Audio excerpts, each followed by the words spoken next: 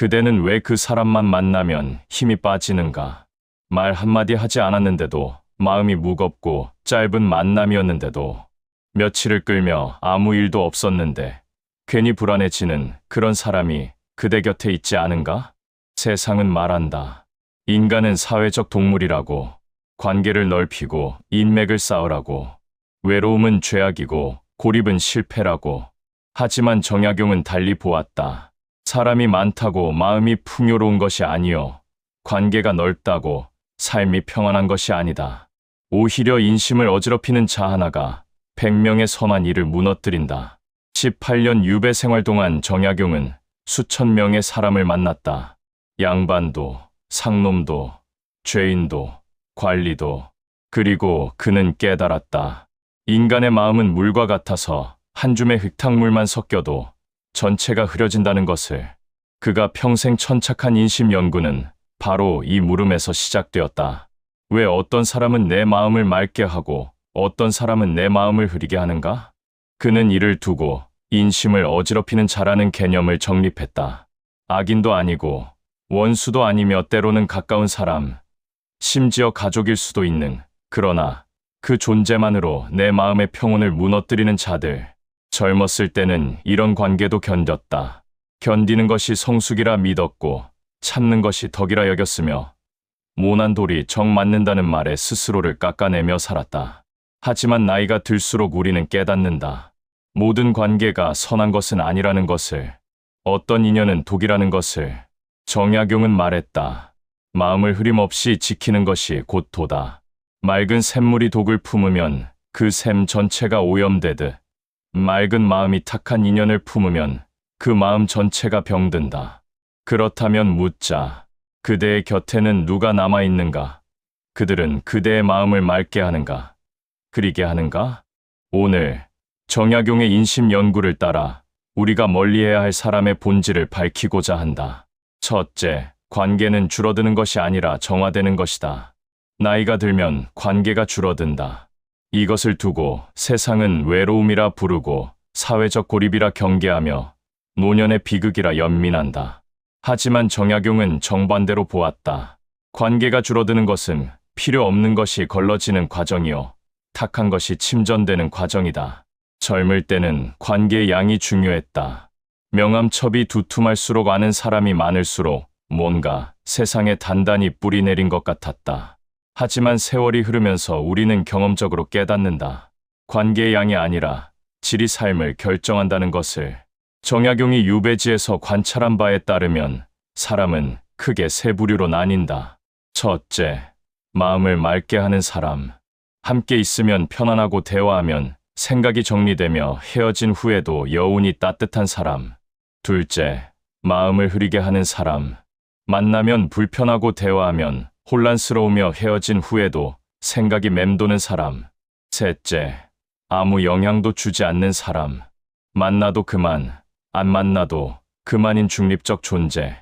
젊을 때는 이 셋을 구분하지 못했다. 아니, 구분할 필요를 느끼지 못했다. 하지만 나이가 들면 이 구분이 생존의 문제가 된다. 왜인가? 한정된 시간과 제한된 에너지 때문이다. 젊었을 때는 시간이 무한했다. 잘못된 관계에 몇 년을 낭비해도 다시 시작할 여력이 있었다. 하지만 나이가 들면 남은 시간이 보인다. 10년, 20년, 길어야 30년. 그 시간을 누구와 보낼 것인가? 내 마음을 흐리는 사람과 보낼 것인가? 내 마음을 맑게 하는 사람과 보낼 것인가? 정약용은 이를 두고 인생 후반부는 관계의 선택이 아니라 관계의 정화다라고 표현했다. 마치 탁한 물을 맑게 하려면 침전시키고 걸러내고 불순물을 제거해야 하듯 맑은 마음을 유지하려면 나쁜 인연을 정리하고 멀리하고 끊어내야 한다. 이것은 냉정함이 아니다. 이것은 자기 보존이다. 이것은 이기심이 아니다. 이것은 생존 본능이다. 그러니 그대여, 나이 들어 관계가 줄어든다고 스스로를 외롭다 여기지 마라. 그것은 그대가 마침내 중요한 것과 불필요한 것을 구분할 줄 아는 성숙에 이르렀다는 증거다. 둘째, 감정의 기복이 심하고 책임은 남에게 돌리는 자를 경계하라. 정약용은 유배지에서 이런 사람을 자주 목격했다. 아침에는 웃다가 점심에는 화를 내고 저녁에는 눈물을 흘리는 사람. 그 자체로는 문제가 아니다. 인간이라면 누구나 감정의 기복이 있다. 문제는 그 감정의 원인을 항상 남에게서 찾는다는 것이다. 내가 날 화나게 했다. 내 때문에 내가 이렇게 됐다. 내가 나를 이해하지 못한다. 정약용은 이런 태도를 두고 인심의 탁함이 극에 달한 상태라고 정의했다. 마음이 흐린 자는 자신의 감정을 다스리지 못하고 남을 탓하며 살아간다. 이런 사람과 함께 있으면 그대는 항상 긴장 상태가 된다. 지금 기분이 좋은지 나쁜지 무슨 말을 해야 할지 말아야 할지 끊임없이 눈치를 보게 된다. 그리고 무엇보다 그들의 감정이 그대의 책임인 것처럼 느껴진다. 실제로 그들은 그렇게 말한다. 내가 그렇게 말해서 내가 상처받았다. 내가 이해해줬으면 내가 이러지 않았을 텐데. 정약용은 이런 관계를 감정의 인질극이라 불렀다. 그대의 감정이 아니라 그들의 감정이 관계의 중심이 되고 그대는 그 감정을 관리하는 무급 감정 노동자가 되는 것이다. 더 큰 문제는 이런 사람들이 대부분 악의가 없다는 점이다. 그들은 진심으로 자신이 피해자라고 믿는다. 세상이 자신에게 가혹하다고 믿으며 사람들이 자신을 이해하지 못한다고 확신한다. 그래서 그대도 혼란스럽다. 내가 이해심이 부족한 건가? 내가 좀 더 잘해줬어야 했나? 아니다. 정약용은 단호히 말한다. 타인의 감정을 그대가 책임질 수 없고 책임져서도 안 된다. 각자의 마음은 각자가 다스려야 하는 법이다. 내가 본 어느 노인이 있었다. 그는 평생 형의 감정을 돌봤다. 형이 화를 내면 달래고 형이 우울하면 위로하며 형의 기분에 맞춰 살았다. 자신의 인생은 뒷전이었다. 그렇게 30년을 살았다. 그리고 형이 세상을 떠난 후 그는 깨달았다. 나는 내 인생을 한 번도 살아본 적이 없구나. 형의 감정을 관리하느라 내 감정은 한 번도 돌보지 못했구나. 그는 통곡했다. 하지만 이미 늦었다. 30년은 돌아오지 않는다. 정약용은 말한다. 타인의 감정에 그대의 삶을 저당 잡히지 마라. 동정심과 책임감은 다르다. 이해하되 떠맡지는 마라. 감정 기복이 심한 사람을 만나면 거리를 두라. 그들이 화를 내도 그대의 잘못이 아니다. 그들이 슬퍼해도 그대가 해결할 수 없다. 그들의 감정은 그들이 다스려야 한다. 그대가 할 수 있는 일은 거기까지다. 차갑게 들리는가? 그렇다면 묻겠다. 그대의 감정을 그들이 책임진 적이 있는가? 그대가 힘들 때 그들이 곁에 있었는가? 관계는 쌍방향이다. 한쪽만 주고 한쪽만 받는 관계는 관계가 아니라 착취다. 셋째, 비교와 질투로 가득 찬 자를 멀리하라. 정약용은 인심 연구에서 가장 위험한 마음을 하나 꼽으라면 단연 비교심이라고 했다. 비교심은 자신의 부족함을 채우는 것이 아니라 타인의 풍요로움을 깎아내리려 하기 때문이다. 나이가 들수록 이런 사람을 만나면 특히 피곤하다. 그대가 좋은 일이 생기면 함께 기뻐하는 척하지만 눈빛은 차갑다. 그대의 성공을 축하하는 말 속에 가시가 숨어 있다. 그래, 좋겠네. 나는 이렇게 힘든데. 부럽다. 나도 그렇게 운이 좋았으면. 대단하다. 뭔가 특별한 방법이 있었나 보지? 표면적으로는 칭찬이지만 속뜻은 폄하다. 그대의 노력은 무시되고 그대의 성취는 운으로 치부된다. 정약용은 이런 마음을 인심의 가장 깊은 병이라 불렀다. 비교심은 자신을 성장시키지 못하고 타인을 끌어내리려 할 뿐이다. 이런 마음을 가진 자 곁에서는 어떤 기쁨도 온전히 누릴 수 없다. 더욱 문제인 것은 이런 사람들이 자신의 비교심을 정당화한다는 점이다. 나는 그냥 솔직한 것뿐이야. 나는 현실을 말하는 거야. 하지만 솔직함과 악의는 다르다. 현실 인식과 질투는 다르다. 내가 본 어느 노인이 있었다. 그는 평생 동생과 자신을 비교하며 살았다. 동생이 좋은 직장에 들어가면 씁쓸해했고 동생이 집을 사면 자신의 처지를 한탄했다. 동생의 자식이 잘 되면 자신의 자식과 비교하며 우울해했다. 그렇게 50년을 살았다. 그리고 임종 직전에 그는 깨달았다. 나는 한 번도 내 삶을 살지 않았구나. 평생 동생의 삶을 부러워하느라 내 삶을 들여다보지 못했구나. 그는 후회했다. 하지만 이미 늦었다. 인생은 다시 살 수 없다. 정약용은 말한다. 비교는 마음의 도둑이다. 기쁨을 훔치고 평화를 빼앗으며 현재를 망친다. 타인과 비교하는 순간 그대는 그대의 삶을 잃는다. 비교하고 질투하는 사람을 만나면 거리를 두라. 그들은 그대의 성공을 함께 기뻐하지 못한다. 그들은 그대가 행복할 때 불편해한다. 그들 곁에서 그대는 스스로를 축소하게 된다. 자신의 좋은 소식을 말하지 않게 되고 자신의 기쁨을 숨기게 되며 자신의 성취를 폄하하게 된다. 이것이 건강한 관계인가? 관계는 서로를 끌어올려야 한다. 함께 성장하고 함께 기뻐하며 함께 앞으로 나아가야 한다. 한쪽이 다른 쪽을 끌어내리는 관계는 관계가 아니라 족쇄다. 넷째, 끊임없이 요구하되 책임은 지지 않는 자를 버려라. 정약용이 유배지에서 가장 힘들어했던 것은 무엇이었을까? 고독도, 가난도 아니었다. 그것은 끊임없이 무언가를 요구하되 그 어떤 책임도 지지 않으려는 사람들이었다. 도와달라고 하면서 고맙다는 말은 없고 부탁을 들어주면 당연하게 여기며 다음에는 더 큰 것을 요구하는 사람들. 정약용은 이들을 두고 마음의 기생충이라 불렀다. 그들은 주는 법을 모른다. 오직 받는 것만 안다. 그리고 더 많이 받으려 한다. 나이가 들면 이런 사람이 주변에 나타나기 시작한다. 돈을 빌려달라는 사람, 시간을 내달라는 사람, 무언가를 해달라는 사람. 처음에는 도와준다. 착한 마음에서, 의리에서, 정에서. 하지만 한 번 도와주면 두 번째가 온다. 두 번 도와주면 세 번째가 온다. 그리고 어느새 그대는 그들의 해결사가 되어 있다. 문제는 그들이 고마워하지 않는다는 것이다. 오히려 당연하게 여긴다. 그대가 도와주지 않으면 섭섭해하고 그대가 거절하면 배신자 취급한다. 정약용은 이런 관계를 일방적 착취라고 정의했다. 관계란 주고받는 것이다.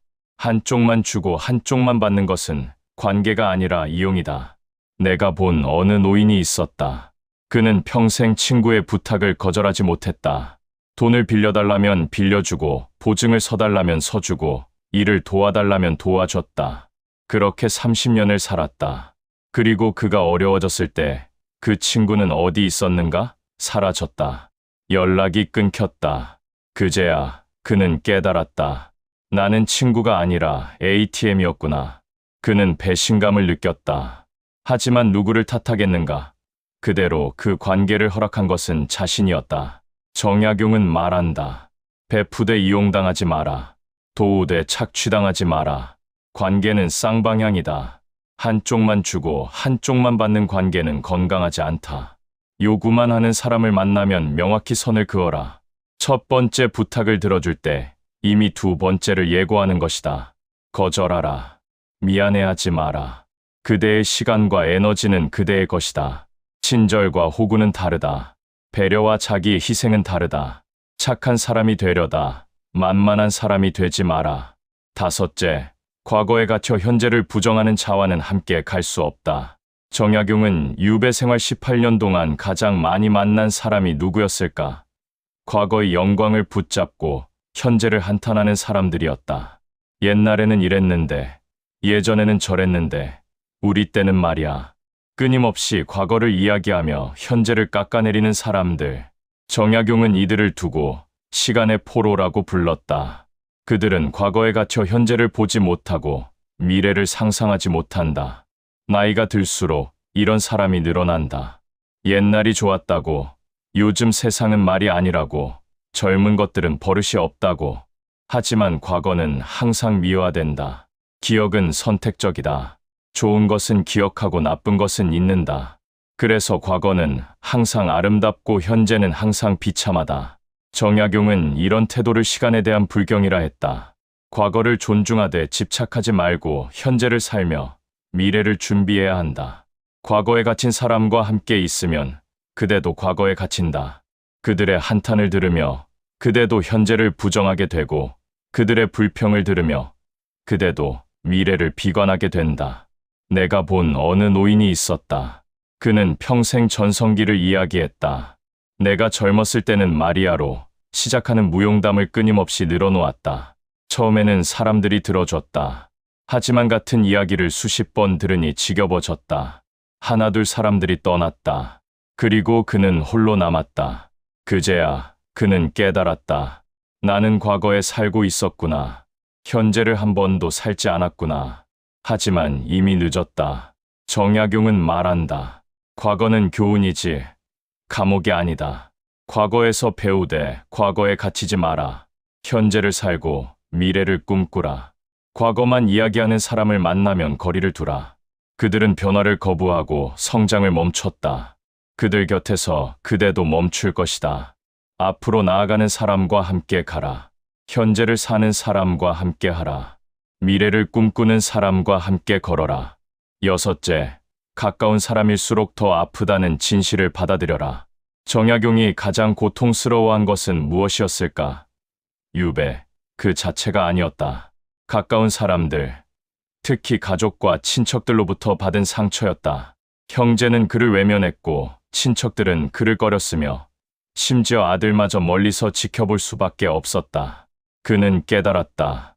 멀리해야 할 사람은 대부분 먼 사람이 아니라 가까운 사람이라는 것을. 낯선 사람은 상처를 줄 수 없다. 기대가 없기 때문이다. 하지만 가까운 사람은 다르다. 기대가 있고 신뢰가 있고 사랑이 있기에 배신이 더 아프다. 가족이라는 이름으로, 친구라는 이름으로, 의리라는 이름으로 그대를 힘들게 하는 사람들. 그들을 멀리하는 것이 가장 어렵다. 왜인가? 세상의 시선 때문이다.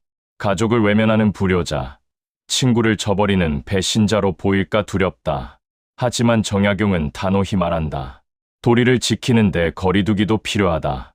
가까운 사이일수록 오히려 선이 필요하다. 내가 본 어느 형제가 있었다. 형은 평생 동생에게 의지했다. 돈이 필요하면 동생에게, 일이 생기면 동생에게, 문제가 생기면 동생에게. 동생은 처음에는 도왔다. 형이니까, 가족이니까. 하지만 30년이 지나도 형은 변하지 않았다. 여전히 요구만 하고 감사는 없었다. 동생은 지쳤다.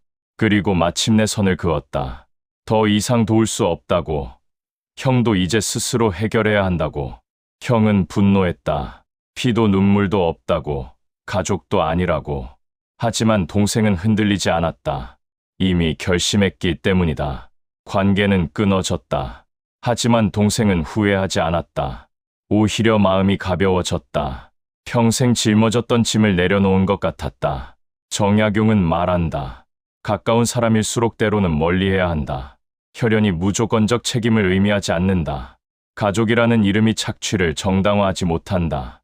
그대를 힘들게 하는 사람이 가족이라면, 친구라면, 오랜 인연이라면 더욱 단호해져야 한다. 왜냐하면 그들은 그 관계를 방패 삼아 그대를 이용할 것이기 때문이다. 거리를 두는 것은 관계를 끊는 것이 아니다.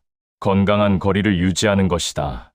사랑하되 희생하지 않고 배려하되 착취당하지 않으며 함께 하되 종속되지 않는 것이다. 일곱째, 멀리한다고 해서 나쁜 사람이 되는 것은 아니다. 가장 많이 듣는 질문이 있다.